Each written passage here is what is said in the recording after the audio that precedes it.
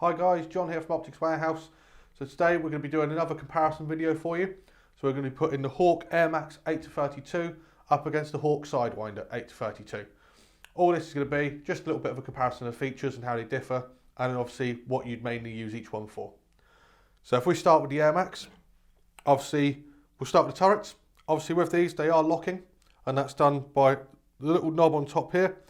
So if you turn clockwise, that locks the turret, and anti-clockwise then unlocks it for ease of use. So nice easy feature to use there, but it's a bit more time consuming than what you find on the Sidewinder. So I'm just going to pop that one up to show you how these ones work. So obviously instead of having a lever on the top, you've got the tool there which Torx head. Undo that, that will allow you to turn the turret back to 0, and it's as simple as lift up, twist and push down to lock your turret in place.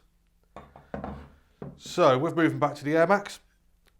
With the Parallax on this one, it is on the side, and once again for adding the side wheel it comes with, all you've got to do is remove this little cap here and it pops on nice and easy and really clean lines of the scope. So obviously when comparing that to the Sidewinder here, if you notice you've got the two levers here for ease of turning when you haven't got the side wheel on. When you do put the side wheel on, it's not quite so clean lines because you've got the illumination on the end of that. Now because where the side wheel fits and how that goes on, it does make it a little bit harder to turn. But the illumination on here does give you red and green illuminated, unlike the Airmax where you only have red. So obviously you've got the magnification here, so it's got a little lever there that allows for ease of use for turning. Obviously moving back again to the Airmax, I prefer this feature on it. It's actually got a rubber ring the whole way around it, once again with that same design of lever. So it makes that a bit easier to grip, and the Airmax is actually a little bit smoother to turn. So moving back from there, fast focus eye adjustment. So it's got a rubber ring around the edge there and fast focus, but there is no locking section. Whereas once again, we'll move back to Sidewinder. As you can see here, it's got that fast focus, but just to lock that off securely, you do have that locking ring there. It's quite a nice feature, just stops any adjustment when you're out in the field and to stop it from being knocked. So both scopes come with Hawke's aluminium flip-up covers. Nice feature there. They can be a bit stiff and a bit noisy. Obviously, when you first get it, it will be stiff, but they can loosen. But that's what makes them quite noisy then, because if you fold that back and you're walking around the field, what you can get is a tap. So always just make sure you've got them closed each time.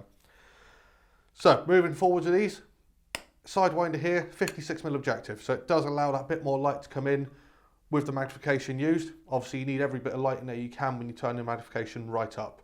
So the glass quality is also slightly better in the Sidewinder than what you find in the Airmax. So it just allows for that slightly better, slightly crisper image for that. Obviously, if you're going to be using these for field target, the 56mm objective once again does help because it allows you to get a much shallower depth of field. So that's what helps with your parallax and finding the range perfectly. But obviously, being 32 mag and of cheaper glass compared to most of the field target scopes you'll find, you still will struggle with them longer distances. So reticles in these. Sidewinder here has got a 20 times half mil dot. So conventional half mil dot, which means you've got your full mil dots either side, and then in between that you've got small little half lines. Great ease of use for ranging and for obviously your holdover. But on the reticle on these, you've got hollow bars all around. Now they've got graduations in the hollow bars. That works for bracketing, so you can then tell your range that way as well. That will work in any target discipline you're doing, or even out in the field hunting. So with the Airmax, that's got their AMX reticle. So once again, you've got your standard mil dot reticle that it's built around. Each of the lines in between, now adds a Christmas tree shape to it.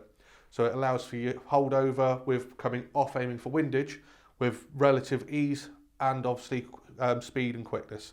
So what that does allow, when you are aiming off, when obviously for windage, where you've got that bar, you just come along that and that stops you from having to guess whether you are sort of floating in midair. Because you've got that bar there, you know you're going to be dead centre of what you're aiming at each time.